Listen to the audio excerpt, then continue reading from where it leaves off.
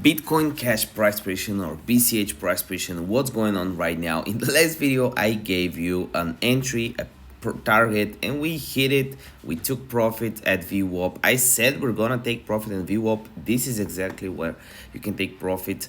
At the an alternative is always the 50 EMA, the 50 EMA on the 15-minute chart. So we took profit. It was really nice. The first time we touched it was basically here. It was not a huge trade, could have been better, but yeah, the trades before that were great. We had other trades yesterday. In general, we had a very weird session yesterday because we had a bunch of shorts the whole day. The market dumped at around 3:30, 4:30, and then Bitcoin started pumping and pumping and pumping. But right now we liquidated a bunch of traders. By the way, we're up 262 grand on meme coins. We liquidated a bunch of traders right here, 500k, 140k, 300k, 300k, 300k. So big shorters, all of them were liquidated. So now I'm interested in taking a short. How will the short commence? What am I waiting for? I'm waiting for longs to get closed and then we enter.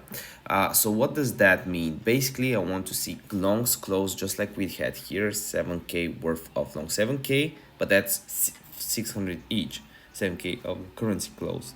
So we want to see big longs closed and then I enter heavy, and I would be interested in taking profit at VWAP or the let me just mark it out here, or the